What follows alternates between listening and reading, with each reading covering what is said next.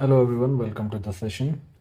इस particular session के अंदर हम आर्टिकल 19 के पार्ट 2 के ऊपर फोकस करेंगे, जिसके अंदर हम specifically concept of eminent domain पर फोकस करेंगे, बिकॉज उस पर क्वेश्चंस आए हैं एंड बाकी सारी चीज़ें आपकी पॉलिटी से कवर हो जाएंगी and with specific cases. So article 19 clause 1 sub clause C, जो कि बात करता है राइट ऑफ एसोसिएशन की।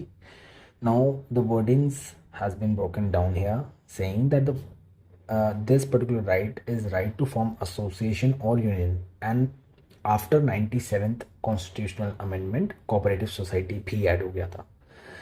सो इस पर कोई क्वेश्चन आया नहीं, इसलिए मैंने इसको यहीं पर छोड़ दिया, बिकॉज ये पॉलिटिक्स से भी कवर हो जाएगा। नाउ आर्टिकल 19(1) सब clause 1 sub clause D, right of movement की बात है यहाँ पर।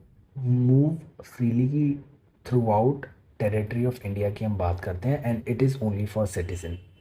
नाउ मेनका गांधी का स्पेसिफिक केस आप यहाँ पे लगा सकते हो, जो जिस पर्टिकुलर केस के अंदर ये बात हुई थी कि article 19(1) D plus article 14 plus article 21, ये तीनों वायलेट हुए थे, एंड इस पर्टिकुलर केस में उसकी बात हुई थी।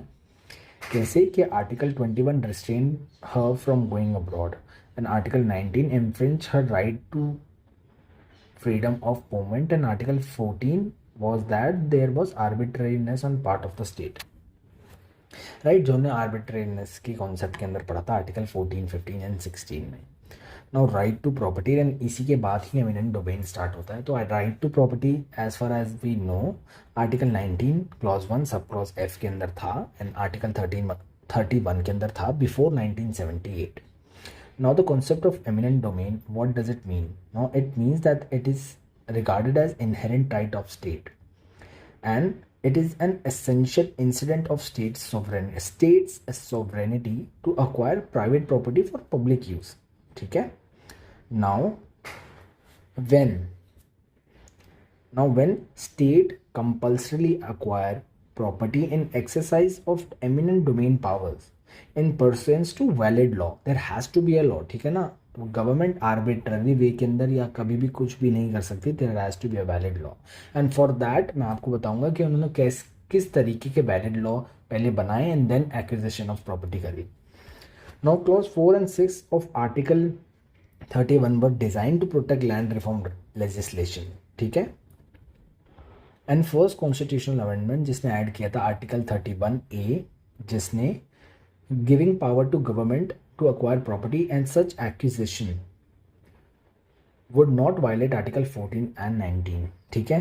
एंड सेम कॉन्स्टिट्यूशनल अमेंडमेंट ने आर्टिकल 31B को भी ऐड किया था, जो कि ये कहता है कि जो आर्टिकल 31A के जो प्रोविजन है, they will be immune from judiciary and can not be nulled on the basis of article 14 and 19, ठीक है।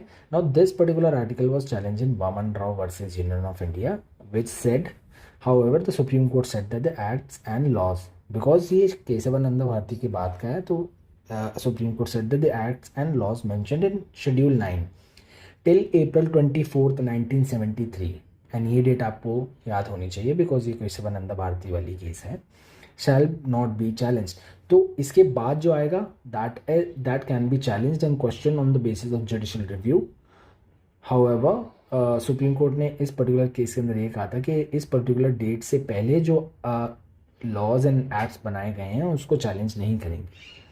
एंड आर्टिकल 31C, जो कि 25th कॉन्स्टिट्यूशनल अमेंडमेंट से ऐड किया गया था, it tried to give primacy to some DPSP over fundamental rights. No Minerva Mills case के अंदर आर्टिकल 31C को स्ट्रक डाउन कर दिया गया एंड कहा गया that the constitutionalism and the constitutional mandate rest over the balance between the DPSP and the fundamental rights, ठीक है।